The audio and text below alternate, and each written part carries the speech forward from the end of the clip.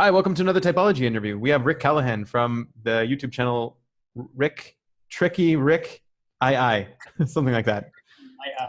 Yeah. Yeah. I checked out your stuff. I'm pretty impressed with some of it. And I really liked your Demon TI video. That was really interesting. And So it's like from your videos and stuff, I saw a lot of EJ, but you've got typed, I know, as an INFJ. Right. Right. Yeah. Yeah. So that'd be interesting to see why maybe like I was picking up so much EJ from you, and like, especially that Demon TI. But maybe we Yeah. just yeah. I think it's fun that you call it the Demon TI video because I didn't know that when I'm making that video. Right. Exactly. Yeah. um, I'm kind of at a point in my life, I think, where I'm working really hard on the TI side of things. Right. And so I'm thinking, oh, I'm doing pretty good, but I guess that's how that works, right? Yeah. Yeah. We'll definitely talk about that when we get into your functions. Like, I'm really interested about because you have a really cool perspective on your TI and some advice for people who have demon thoughts. So that. Yeah, that sounds cool. So why don't we get started by just giving a little background on your history and typology and how you got started in your channel, and we'll move on from there.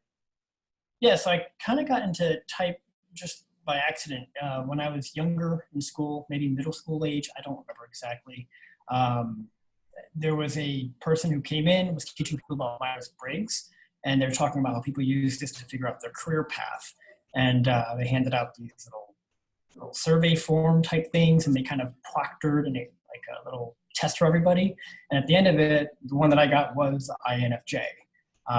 So I read the description, and just like everyone else in the room, everyone's like, wow, this is great. But it's a little horoscopy to me back then. But I was intrigued, and that kind of planted a little seed in my brain. And over the years, being a teenager and stuff like that, YouTube, the internet, forums about personality type in Myers-Briggs, I got really into it, just trying to figure out what is the science behind it. So I started early with that stuff, and just psychology in general is something that's of interest to me. So trying to figure out like my own issues, anxiety, depression, things like that at that age range, it really helped figure out kind of what are strengths, what are weaknesses, what can I work on, stuff like that. So it's kind of where my interest started with it.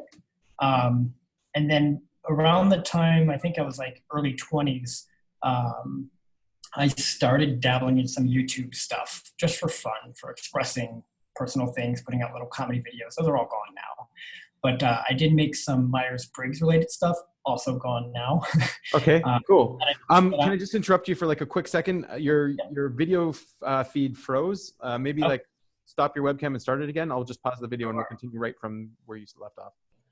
Yeah, so we got the thing fixed, but I don't really remember where we were, but maybe try to continue. You said in high school you were typed INFJ, and at that saw some point, YouTube videos, and you started doing some YouTube videos, and then you got they disappeared or somehow.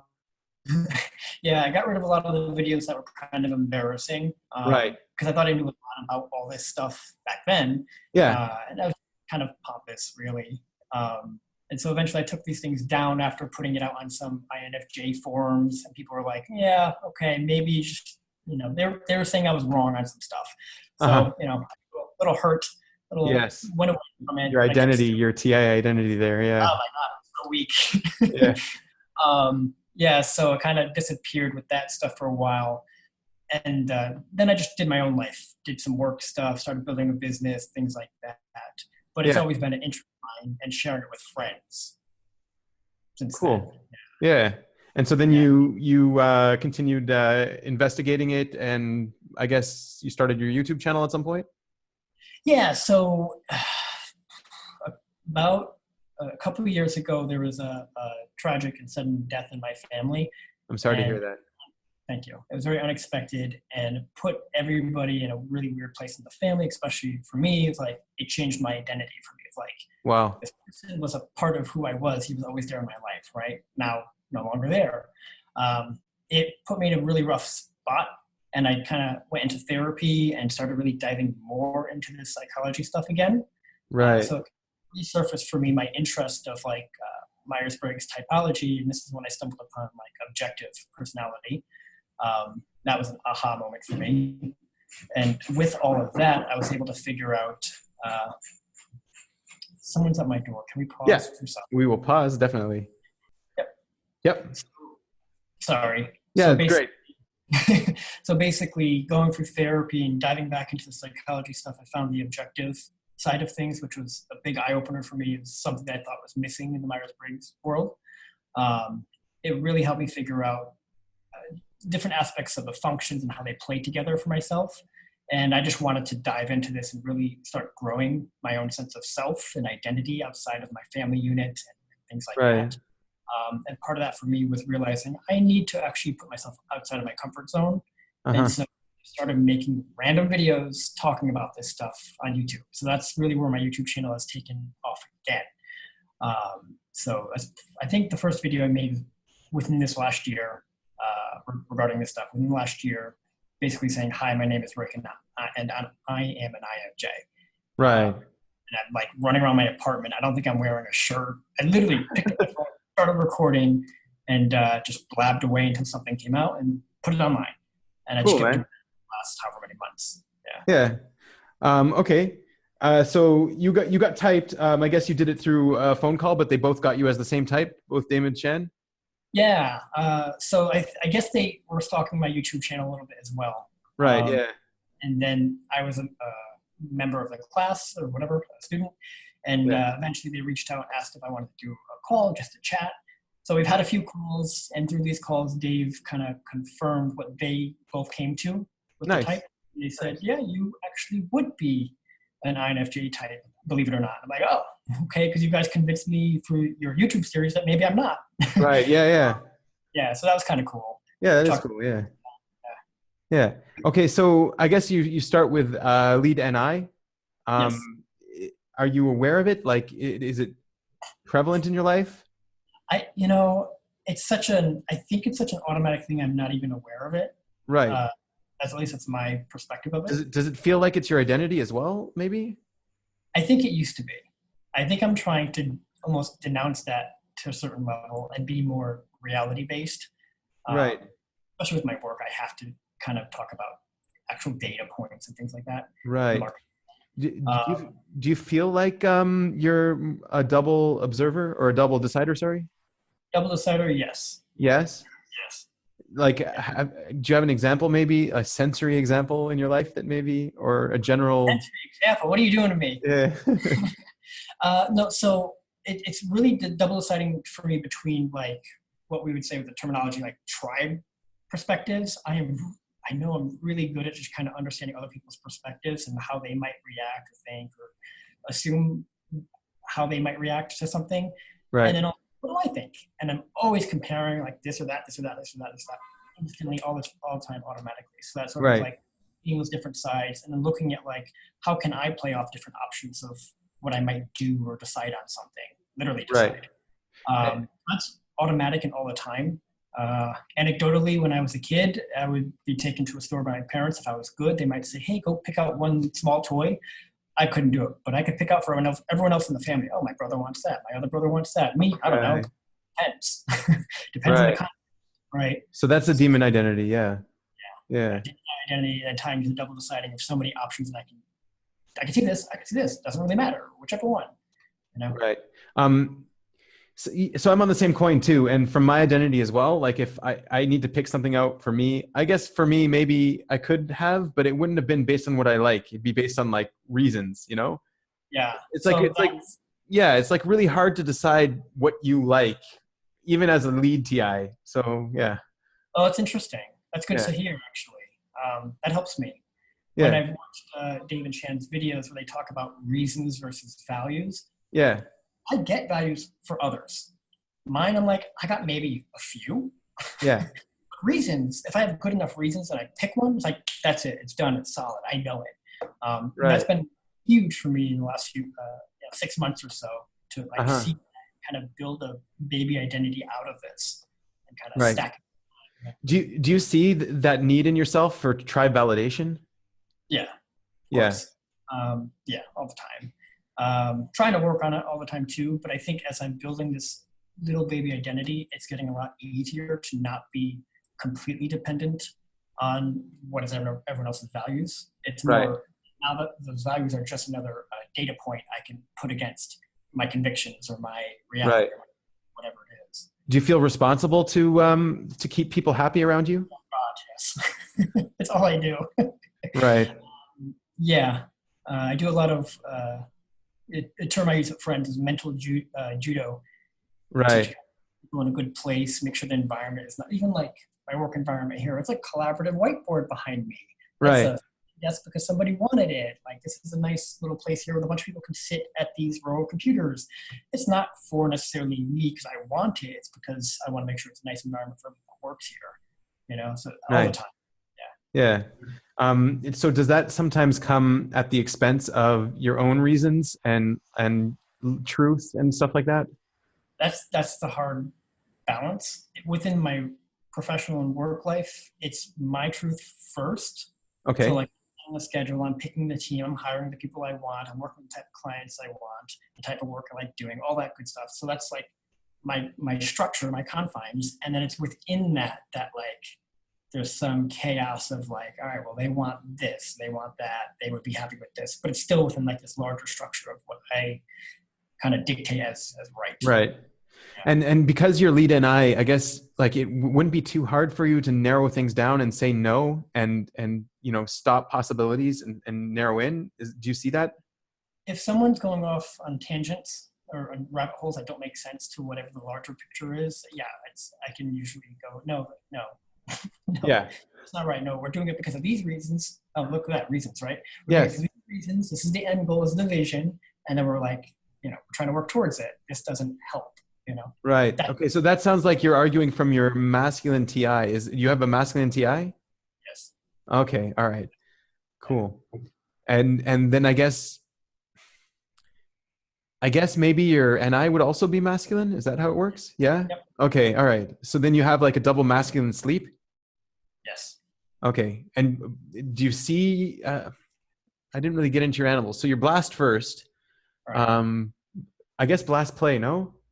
Yes. And then sleep. Sleep Or then last. consume. Sleep last. Okay. So you got this double masculine sleep demon.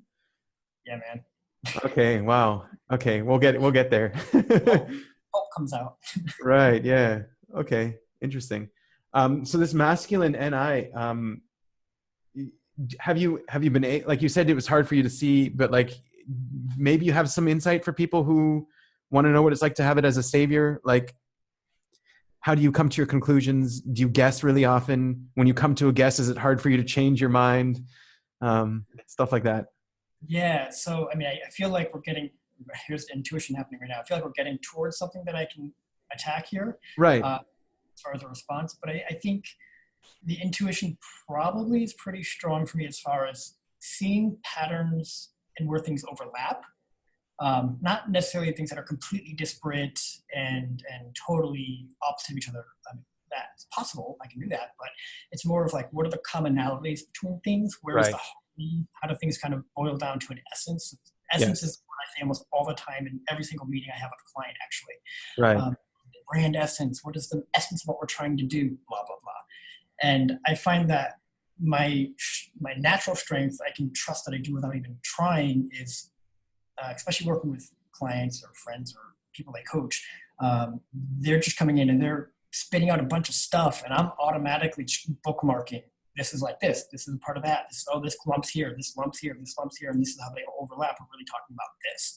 And I usually can say that at the end when they're done talking and go, here's kind of what I'm seeing. I say it in my words, and they go, wow, you're amazing. I'm like, I just listened, and those are the patterns. Right. Yeah. Cool. But it's natural, and I have to go back to see that. Yeah. I was wondering if you were ever aware of being involved in lead NEs at all, and trying to deal with all of that really spectrum and diverse patterns that are disconnected. Have you had to deal with that kind of thing? It's a lot.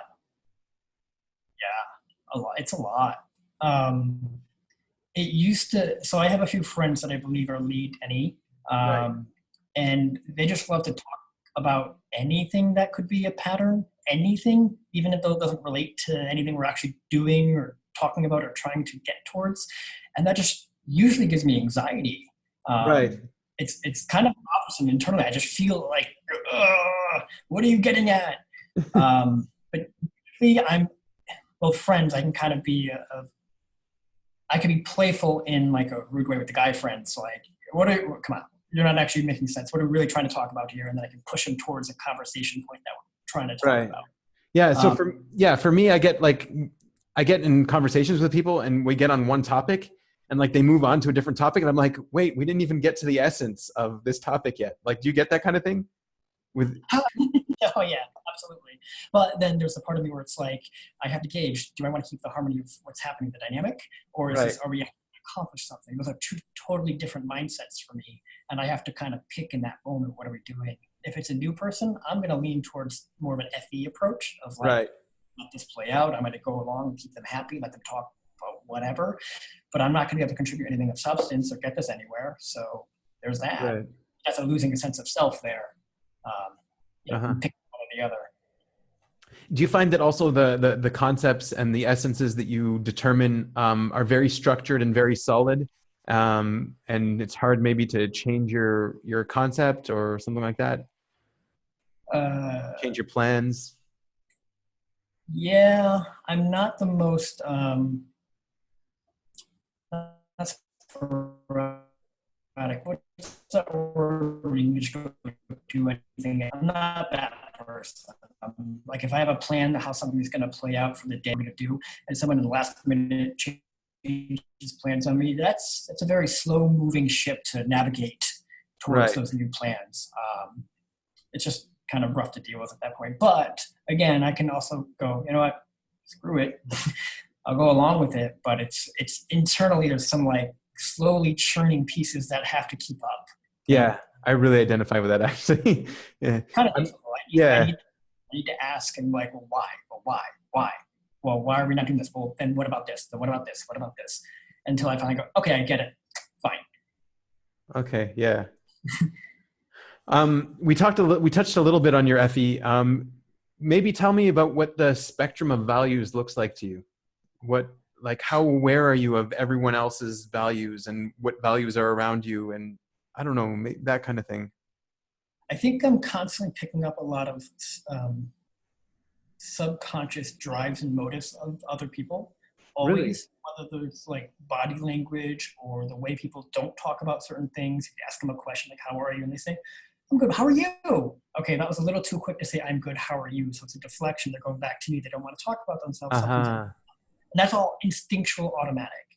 Right? Really? Yeah. So like those things that's that mental judo stuff. Like just picking up on those cues, and it usually boils down to like what's really going on here. And just picking more cues as we go along. So it's always happening. I'm always picking up like data points, but I don't know it until maybe the last year or so. I've been trying to pick up, this is actually a body language thing I'm taking in. Let me practice this more. It's the way they said it that made me think that there's something else going on, rather than thinking I'm psychic. Because that's how I used to feel, like I'm psychic. I can read minds. And I know that's not the case.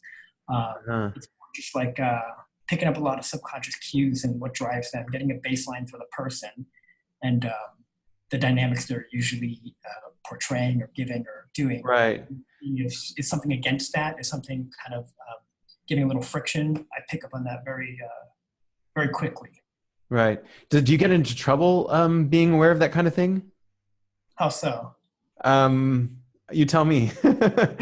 Well, so I've maybe scared away some friends because of that, of like trying to dive too deep into their own personal stuff when it's really not my business. Right. Like kind of objectify them as a problem I'm trying to solve at that point of like, what's going on, you know? Not that I would say it that way to them, but just asking too many questions, trying to figure it out for myself, thinking I'm helping them. Yeah, that's happened, but that was more like my teenage years and stuff like that. What about like, can I ask you about like personal relationships, how your FE plays out on that kind of setting? Yeah. I can be too in tuned in a bad mood. If I don't know I'm in a bad mood, or if I'm hungry, honestly, I might be a little hangry, and I might like pick up on cues and take it towards something that might not necessarily be the case. So I have to kind of ground myself in reality and go, maybe I'm just being insecure. Maybe I'm just being, I need to realize that's not always them. And just communicating, actually getting some real data going, actual sensory stuff, talking to the person, then we could find out, like, are you upset? No? Okay, I'll take your word for it. Right. That's all. Even though you might be getting a different cue, they say no. Yeah. Yeah. Then it might play out for a few weeks, and then I go, okay, what's going on? Here's what I noted. And then it'll play out a little bit better with communicating at that point. Do you get into like fears and stuff, like worst case scenario type thinking? Not so much anymore. I used to when I was younger. A lot of anxiety would drive me towards that. And it was always interpersonal worst case scenario. Like, oh, did I say the wrong thing? Did I do the wrong thing? Did I not do the right thing? What was my dynamic in a group dynamic or in a one-to-one situation? And, just trying to like basically catastrophizing that without actually being there in the moment. Okay, cool. Yeah. So that's cool. I want to get into your demon TI, and I'm realizing now that it's probably your double masculine sleep as well. That's your main, it's last. So that's like, you were speaking in your video about like demon thoughts and how to eliminate them and how to not give them weight and structure. Do you still think like that?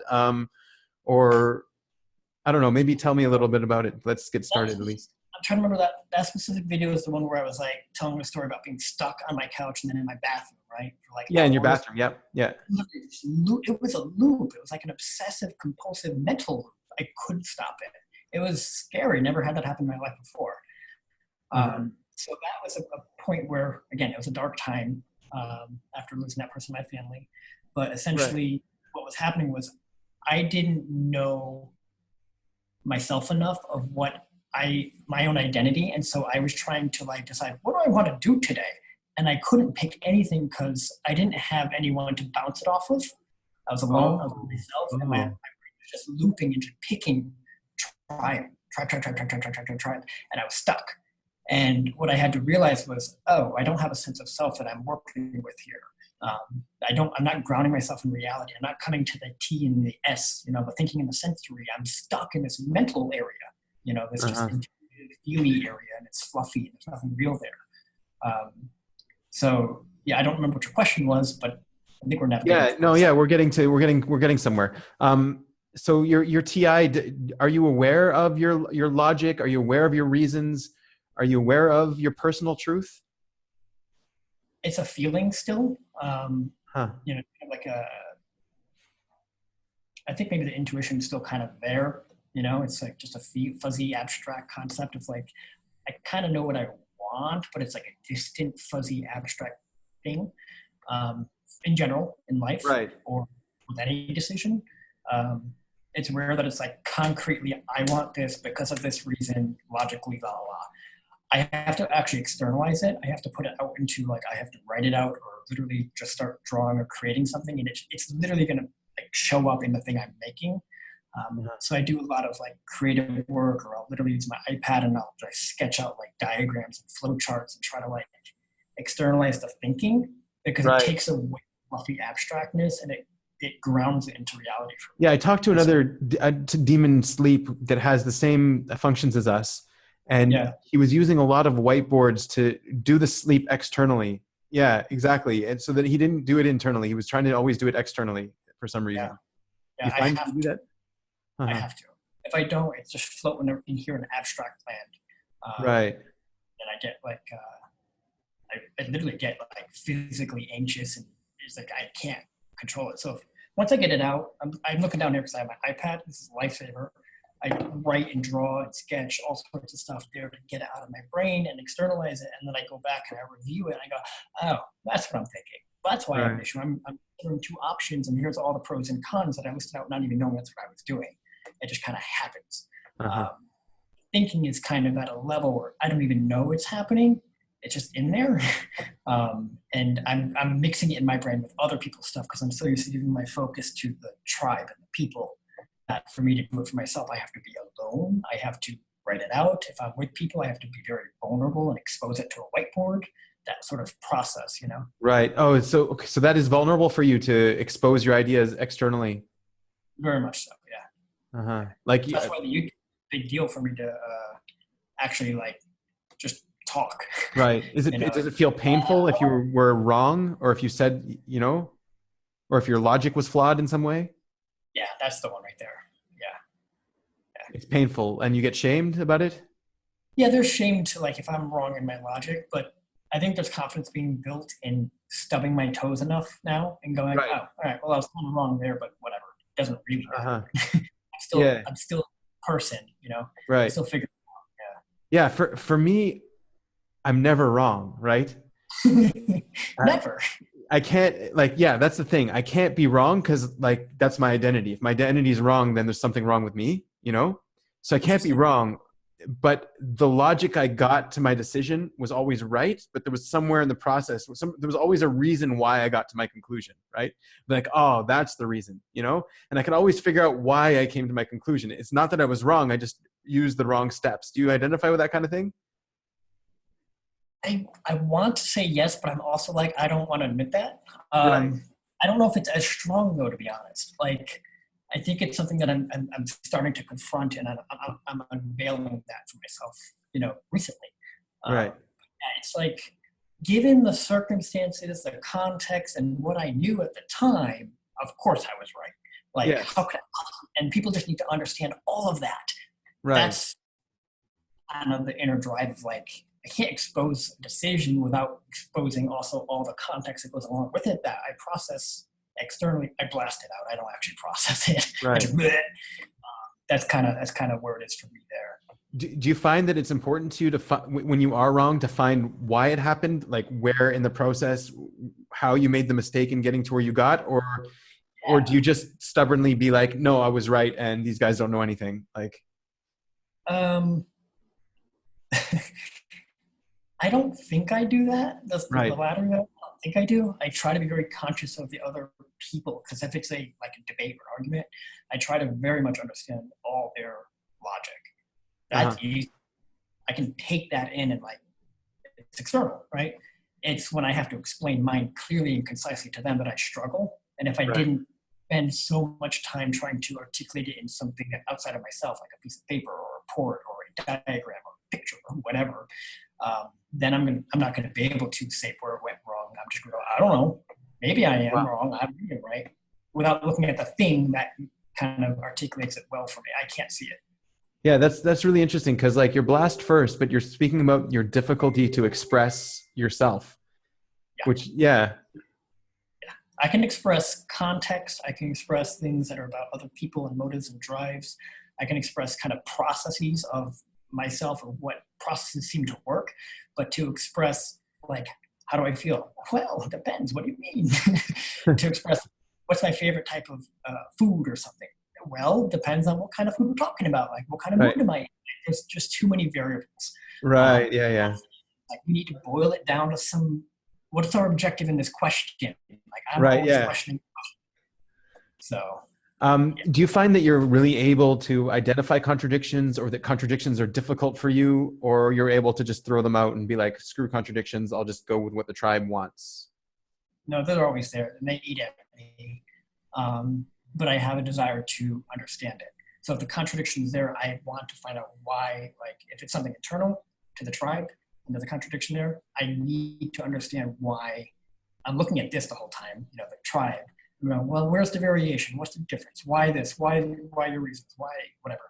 And then I go, well, what are mine? I don't know. Let me just assume that like maybe I'm wrong and go with this, which has been too much of my life, or let me actually externalize this, analyze this, which is hard to do, and kind of understand these reasons and match them up and go, oh, if I just shift my reasons here, then I can articulate the connection. You know, it's kind of the process of learning. Yeah. Do you have observer issues? Maybe. If for example, I don't know, you needed to update your computer or something, is that anxious for you? Is that anxiety? Yeah. So like, I am incredibly patient when it comes to people. I am the least patient person when it comes to technology or the way things should work. If they're not working for me, if I have to wait for a damn web page to load before I can get to the thing, that I'm so angry. People around me will laugh. I'm like, no, this is not right. And I'll explain why it's not right and tell them how it should be very like instinctively. Like, no, it should be this way. Actually, watching Dave's Superpowers, I laugh every time he's like, "Oh, what happened now?" And his spreadsheet messes up. I'm like, "Yes, that is life." So yeah, that's definitely a thing. Right. Yeah. What about rabbit holes and conspiracy theories and stuff like that? Has that ever caught you? You know, yeah, I think I have a tendency to like be conspiracy theory curious, but I don't think I get caught in them. At least not since maybe mid-teens, because Okay. I've had close friends and people in my family who that they obsess over some of these conspiracies that are out there. And like it just when you hear it from them, it's like, okay, you're just being crazy. Like you're not seeing anything. You're just like focusing and you're making it fit. And especially the people that I think are extrovert intuitive dominant, holy cow, it's insane to me. Right. And I'm like, this doesn't work. And so like I'm able to hold that for me to realize, okay, I don't want to be that way. So I kind of just abstain a bit from going into those rabbit holes because I know that the curiosity gets me. I know that I want to know why do people think that? Why is this a pattern to some people? Why? But I just I try to abstain a bit from that. Right. What about you creating your own rabbit holes? Do you find that you've gone too far down one path and it's like difficult for you? It's painful when you find out that you've gone too far? I think for me that ties to the identity thing. Okay. So like, it's very rare that I will commit so hardcore to some decision for myself that I don't believe is going to last more than like 10, 15 years. Like if I make a decision for myself, it's a lifelong commitment of whatever, whether it's a significant other type thing or the type of work I want to be in or whatever. And my justifications and reasons for that, I've probably obsessed pretty hardcore about it. And so coming to those decisions are pretty solid. Like, and I'm checking them pretty regularly. If something seems to come up against me and smacks me with reality, I'll check and I go, I still believe this. Yep. Yep. That's still where I'm going. That's still kind of the place I want to be with that, whatever that is. Cool.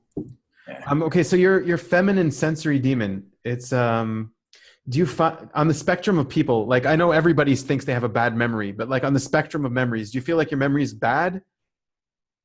It's contextual.